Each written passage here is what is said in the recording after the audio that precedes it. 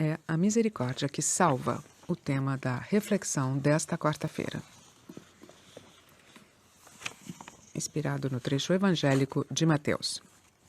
Cari fratelli e sorelle, buongiorno. Queridos irmãos e irmãs, bom dia.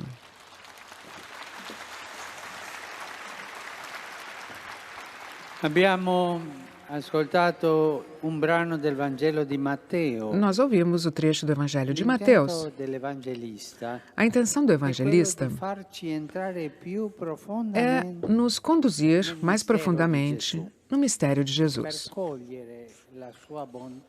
para então colher a sua bondade e a sua misericórdia. O episódio é o seguinte: João Batista manda os seus discípulos a Jesus. João estava preso, para fazer-lhes uma pergunta muito clara. És tu aquele que há de vir, ou devemos esperar outro? Era exatamente no momento da escuridão. João Batista aguardava ansiosamente o Messias e, na sua pregação, o havia descrito dramaticamente como um juiz que finalmente instauraria o reino de Deus e purificaria o seu povo, premiando os bons e castigando os maus. Ele pregava assim: o machado já está posto à raiz das árvores. Toda árvore que não der bom fruto será cortada e jogada ao fogo. Agora que Jesus iniciou a sua missão pública com um estilo bem diferente, João sofria. E nessa dupla escuridão, nas trevas, na escuridão da prisão, em sua cela e na escuridão do seu coração, ele não entendia esse estilo. Ele queria saber se era ele mesmo o Messias ou se deveria esperar outro. A resposta de Jesus parecia, primeiramente, inicialmente, não corresponder à pergunta de Batista. Jesus, com efeito, disse: vão e refiram a João aquilo que vocês ouviram e viram. Que os cegos recuperam a vista, os paralíticos caminham, os leprosos são curados, os surdos ouvem, os mortos ressuscitam, e aos pobres é anunciada a boa nova. E feliz de quem não se escandaliza a meu respeito. Essa foi a resposta de Jesus. Aqui, então, fica bem claro a intenção do Senhor Jesus.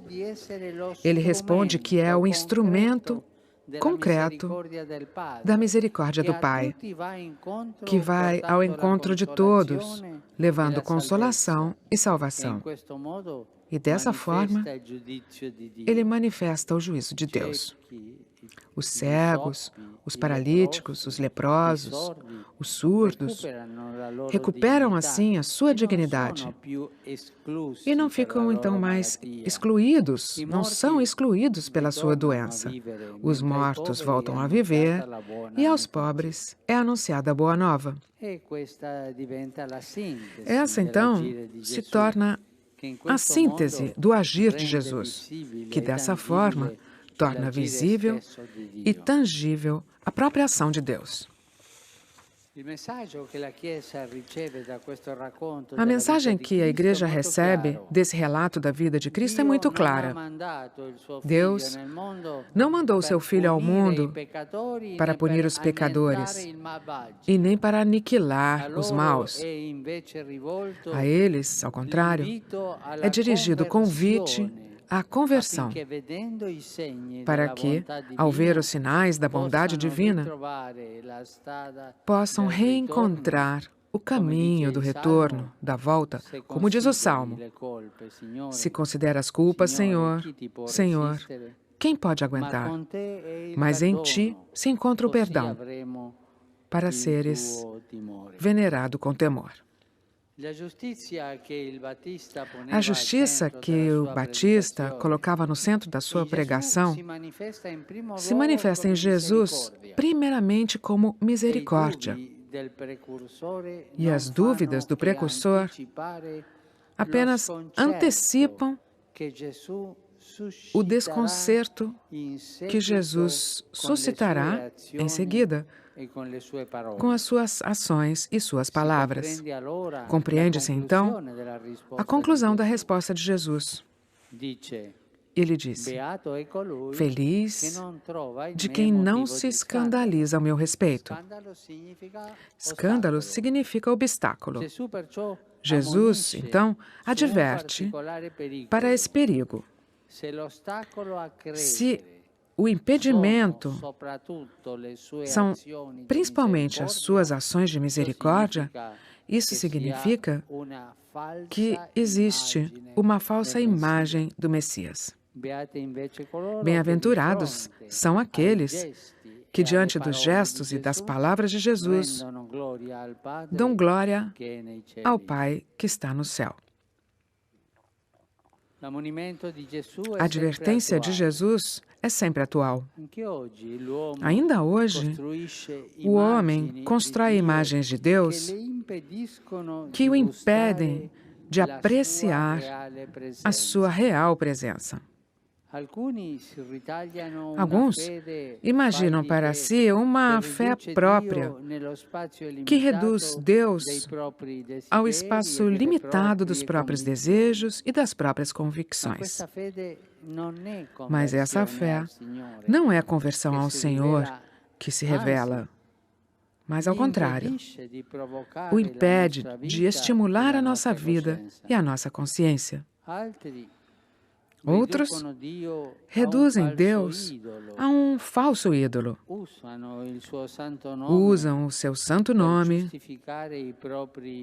para justificar os próprios interesses, ou até mesmo o ódio e a violência. Para outros ainda, Deus é apenas um refúgio psicológico, no qual ser amparados nos momentos mais difíceis. Esta é uma fé voltada a si mesma, impermeável à força do amor misericordioso de Jesus, que nos leva aos nossos irmãos.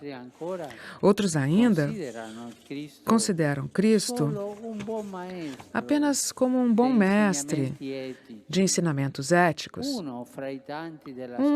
entre tantos outros da história.